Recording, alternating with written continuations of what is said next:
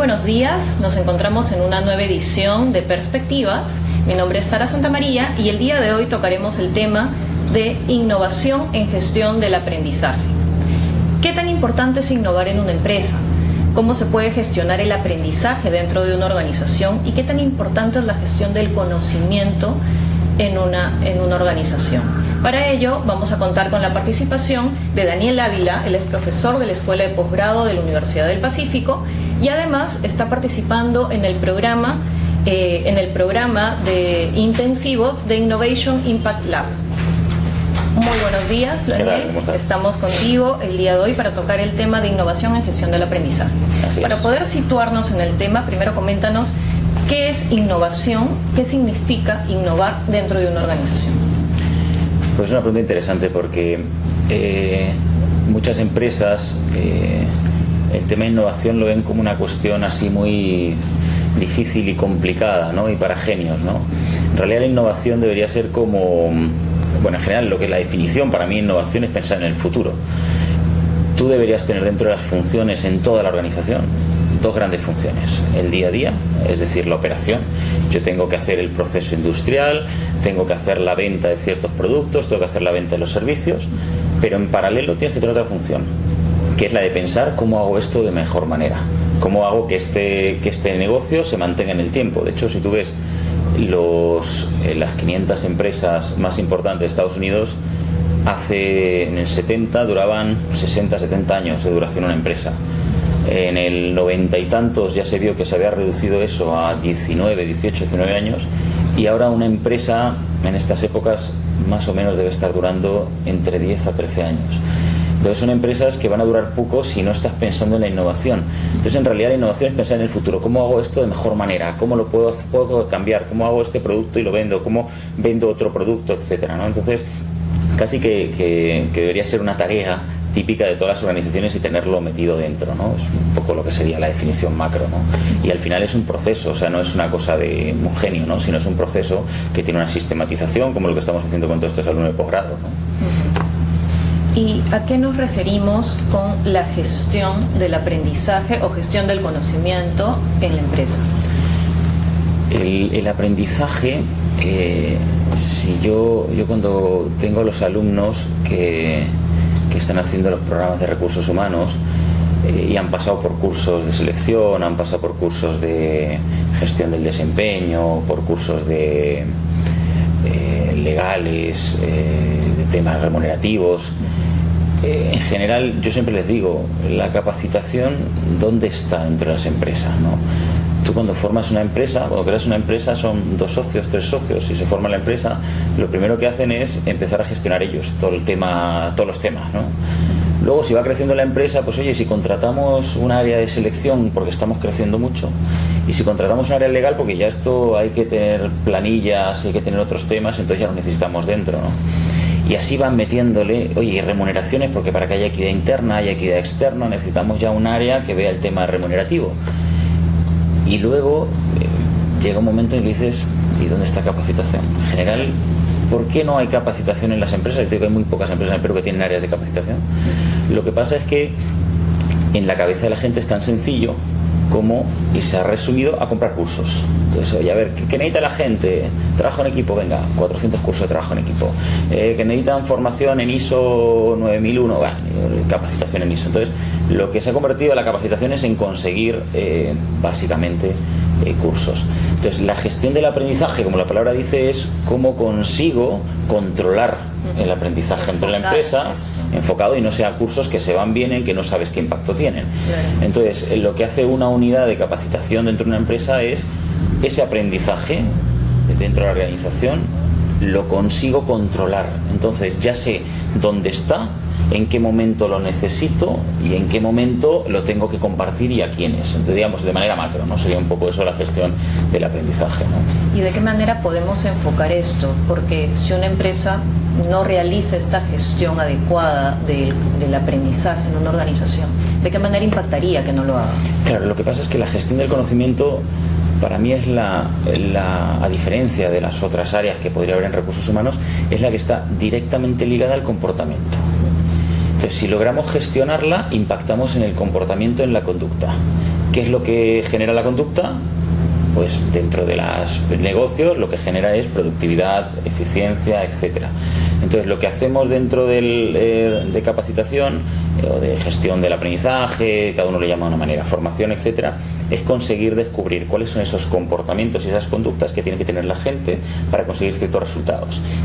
Cuando consigas mapear eso y lo empieces a implementar en la gente, automáticamente tus indicadores de cualquier tipo los vas a tener mucho más altos.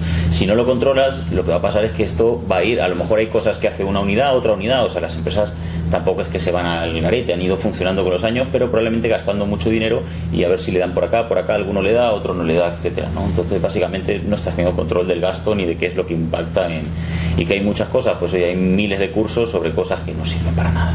Claro, y para ello, para dar una buena gestión, un buen seguimiento, ¿consideras que sí es importante que las empresas piensen en implementar un área de capacitación, un área que controle o centralice esto para que se iguale las capacitaciones y ver qué es lo que necesita realmente el colaborador?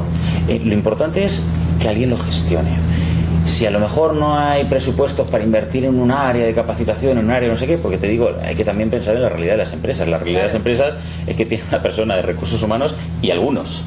Otros a veces lo ven de administración y personal, le llaman, etcétera. Pero por lo menos que esa persona que esté orientado, que tenga que ver los temas de recursos humanos, tenga en el mapa que la capacitación, que gestionar la capacitación le va a llevar directamente a indicadores y directamente también a eficiencia, directamente a riesgo, etcétera.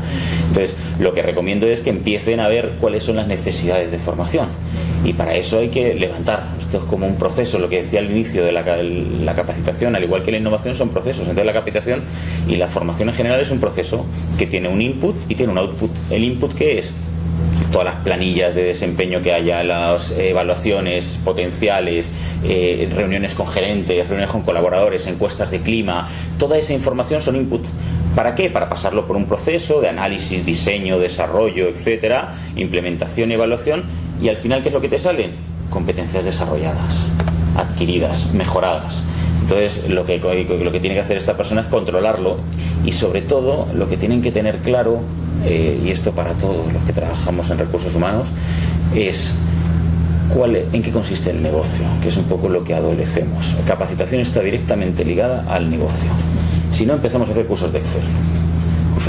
No digo que estén mal los cursos de Excel, no, claro. Pero ¿por qué harías un curso de Excel? ¿Para qué está orientado? ¿Cuál es el análisis? ¿Cuál es el caso para el que te serviría? Lo estás aplicando a ese caso para que luego llegues al puesto de trabajo y te sirva la herramienta. Pero si estoy por llevar cursos de Excel, como puede ser, o talleres de ventas, hay miles de talleres de ventas, van a talleres de ventas, luego salen y no tienen ni idea. Entonces es diseñar programas que impacten en el negocio y que yo pueda controlarlos de alguna manera, ¿no? Que puedan estar bien direccionados para que finalmente impacten en el negocio. Por supuesto, porque si no terminamos siendo como lo que te decía antes, son cursos y costos. ¿Y qué pasa con todos los gerentes de línea de la organización y gerentes generales, que los entiendo, van a decir, es que están tirando dinero. Y no solo eso, sino que además ni siquiera está repercutiendo en mí. Entonces, ¿por qué lo hago? Entonces cortan y no hay capacitaciones. ¿Y cuándo hay capacitaciones? Probablemente cuando el clima está muy bajo y lo hago como un beneficio.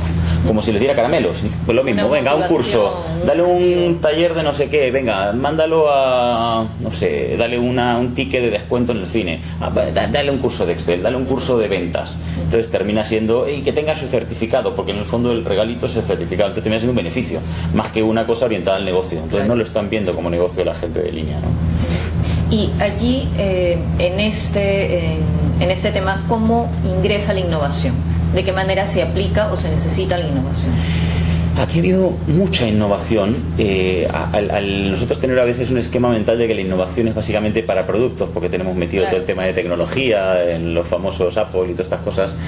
En lo que pasa en el tema de la educación es que ha habido mucha innovación en los modelos mentales.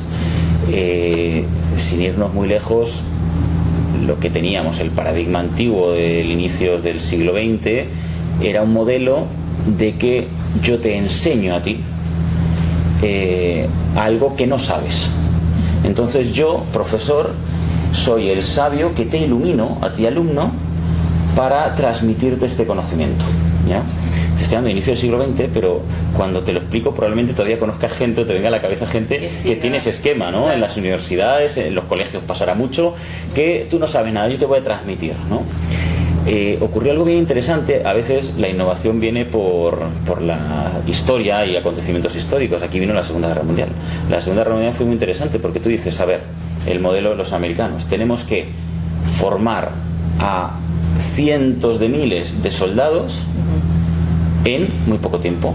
¿Cómo lo hacemos? Porque si es con el esquema de yo te enseño, eso puede durar un proceso de muchísimo tiempo, ¿no?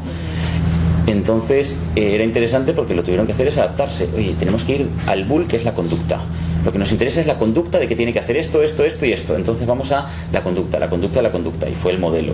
Y luego lo que ha habido mucha innovación es el tema empresarial, es el que ha metido la innovación en estos últimos años, que es la innovación orientada a resultados. Entonces es la conducta, igual que era el modelo anterior, orientada a resultados.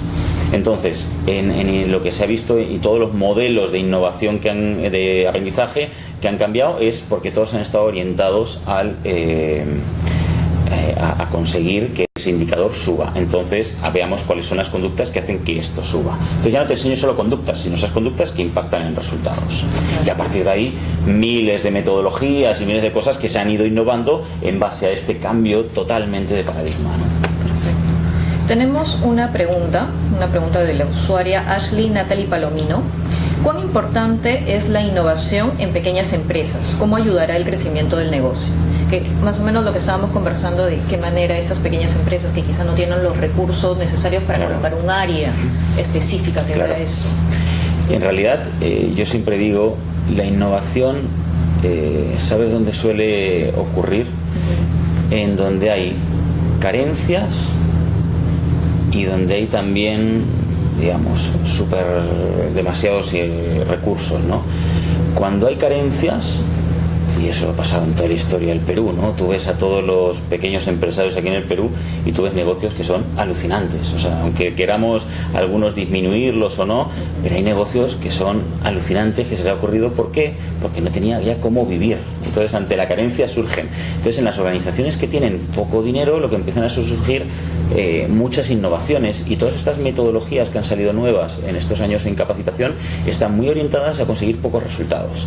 Por ejemplo, ya no me voy a centrar en cursos tan grandes que los tienen que llevar ciertas empresas, universidades, etcétera, sino lo que voy a hacer son cursos en el puesto de trabajo. Entonces diseño programas que se llaman los on the job training, donde yo le voy a enseñar a esa persona algo muy rápido en el puesto de trabajo. No sombra, que eso es otra cosa. Sombra es ponerlo ahí a que se aburra, sino diseñar una estructura de capacitación donde le empiezo a enseñar comunidades de práctica, donde ellos aprenden solos, donde hay círculos de lectura, todo el tema de e-learning, donde ya no tengo que invertir tanto en programas que tengan que ver con clases, etcétera, sino que a través de videos, de cursos. Y ojo, e-learning, no te estoy dando un curso virtual muy sofisticado de $20,000.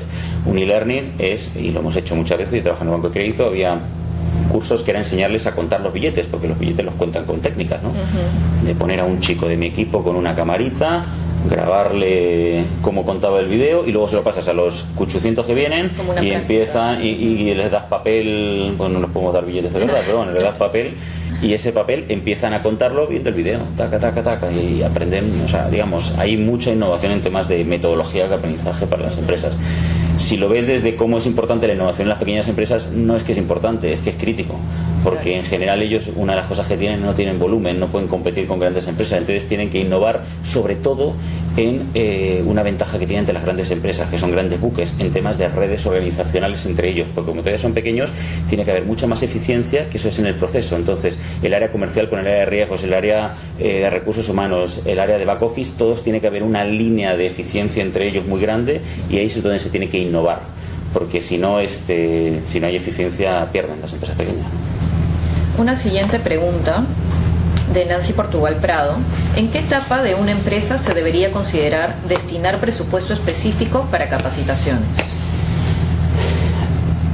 A ver, aquí lo que normalmente se hace es presupuestar todo, ¿no? O sea, en una organización lo que se debe tener claro es cuánto es mi meta de ventas, de productividad, de lo que sea, y cuánto es mi meta de gastos, y dependiendo de eso, cuánto es lo que puedes invertir. Básicamente es una decisión de la gerencia general, cuánto es lo que quieres invertir, y tenerlo presupuestado. Normalmente los presupuestos siempre se hacen meses antes, ¿no? Ya estamos hablando de agosto, septiembre, ya más o menos están mapeados los presupuestos de lo que es el siguiente año.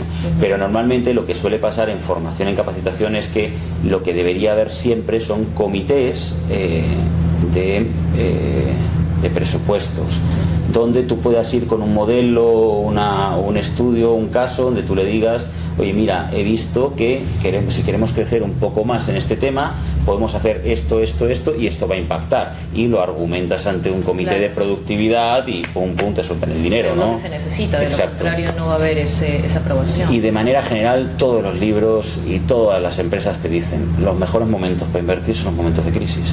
Y esto no solo en el plano organizacional, en el plano personal. También. Porque lo que suele pasar con las empresas es que dicen: no tengo dinero este año, estamos mal, entonces no invertimos en conocimiento, no invertimos en nada. Entonces, ¿qué pasa? Que cuando vienen las oportunidades o viene la ola, te quedaste atrás. Entonces son momentos donde es ideal invertir, aunque es verdad que te cuesta más, pero bueno, en el fondo es una inversión. Lo único que sí hay que tener claro es que hay que invertir, no gastar en cursos, sino invertir, y eso tiene que ver con que sepas el objetivo de negocio, sepas los planes estratégicos de la empresa, cómo eso se ve con los planes estratégicos de recursos humanos y cómo eso se liga a capacitación. Entonces así sí va a tener sentido que lo que hagas va a impactar en los indicadores. Si no, estamos tirando dinero en el piso. Sí van a haber resultados, obviamente. Y se diseña la evaluación y cómo eso va a impactar, ¿no? ¿Qué nos puede hablar? La usuaria Blanco Sar nos dice: ¿qué nos puede hablar de la inteligencia comercial y temas como relaciones comerciales? A ver, ¿esos temas son claves para la organización? Nos comenta el usuario. Sí, claro. A ver, en general, todos los sistemas, y esto ya está muy metido, toda la tecnología y mucha gente en la inteligencia comercial es algo crítico, porque tú empiezas a segmentar a tus clientes, qué es lo que necesita cada uno, qué es lo que tiene, etcétera. Entonces eso es, obviamente ya no es una cuestión necesaria solamente, sino crítica si quieres crecer en la organización, porque si no vas vendiendo y no sabes cómo vendes. Lo que yo aquí añadiría es cómo metes la capacitación a esta inteligencia comercial. En el fondo lo que es importante hacer es, esta inteligencia comercial no solamente son sistemas, sino también tienen procesos de conductas humanas que tengo que hacer. ¿De acuerdo? Tú cuando te dice un sistema que a esa persona le puedes ofrecer un producto, viene: oye, ¿qué pasos tengo que seguir para conseguirlo? O cómo puedes conseguir a una persona que tenga que ver con el producto, ¿no? Podemos hacer los clásicos canales, bueno, el famoso call center, el famoso decirle boca a boca algo, pero en el fondo si no tenemos un proceso de ventas que se mapee y luego hacer un training a todos sobre ese proceso de ventas claro, que entonces sí estaría contrario a lo que es un taller de ventas. Un taller de ventas van y te enseñan cosas, pero luego ¿cómo lo transfieres al puesto de trabajo? Que es aquí el punto crítico. ¿Cómo mi conocimiento lo transfiero al puesto de trabajo?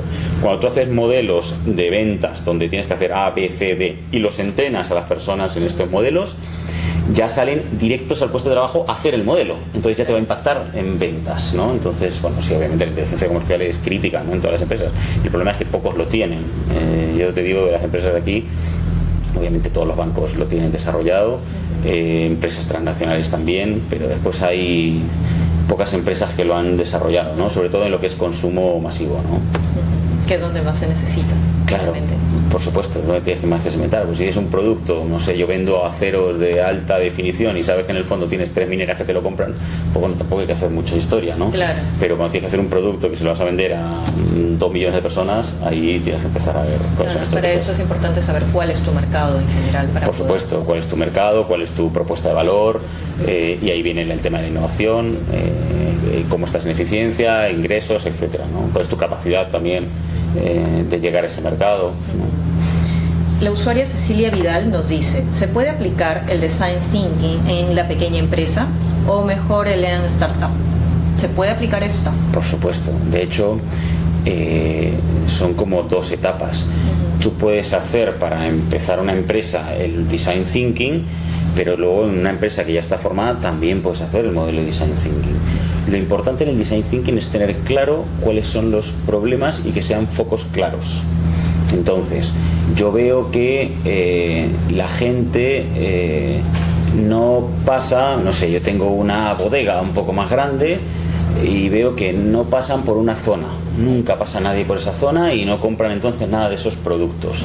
Y es un problema específico. Entonces lo meto dentro del Design Thinking y empiezo a hacer la metodología del Design Thinking, que en el fondo es hacerte casi que parte del cliente, ser como el cliente. Vas a hacer seguimiento al cliente, le vas a preguntar cómo se comporta, qué es lo que hace, etcétera, y así empieza el proceso de design thinking, ¿no? Para llegar a una solución que sea más creativa que la típica que nos pueden enseñar en escuelas de negocio o en universidades, donde va a ser una cosa que realmente soluciona la necesidad del cliente, ¿no?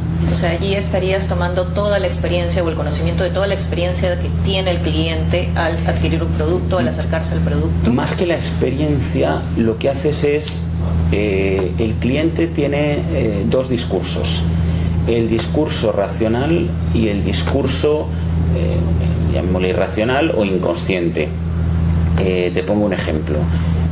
Una persona puede ser que no vaya a un cajero automático y tú le dices, ¿por qué no vas al cajero automático? Y te vas al módulo de pago de estacionamiento o a una ventanilla de un banco.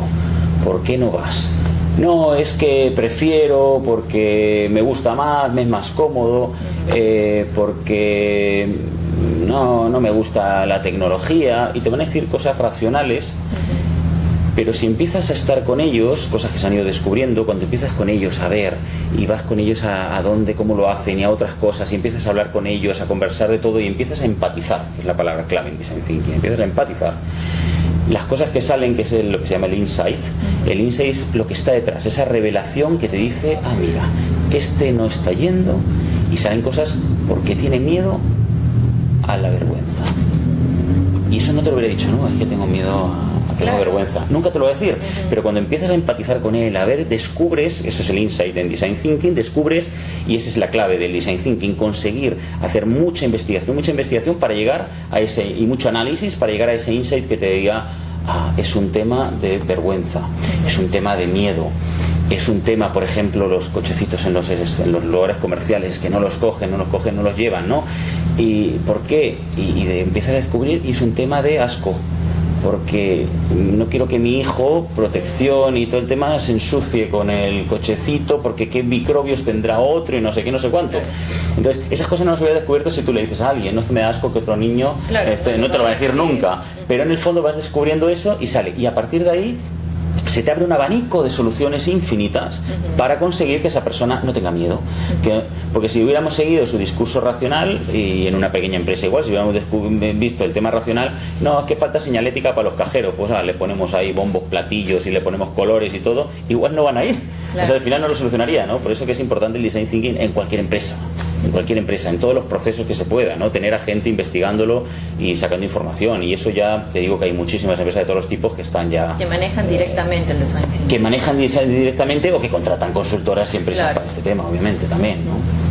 Y actualmente tendrás algún ejemplo de cómo se ha desarrollado en una empresa efectivamente el talento, el conocimiento, ¿no? Para que finalmente ese talento también no se vaya.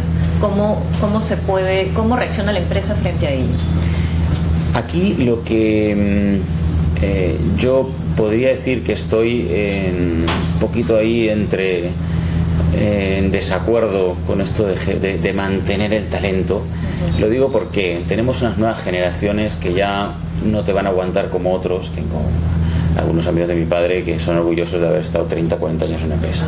Las nuevas generaciones, y no solo las nuevas, te estoy hablando de los millennials, ya generaciones anteriores, probablemente las nuestras, ya quieren estar poco tiempo en una empresa y en cuanto ven otros retos se van.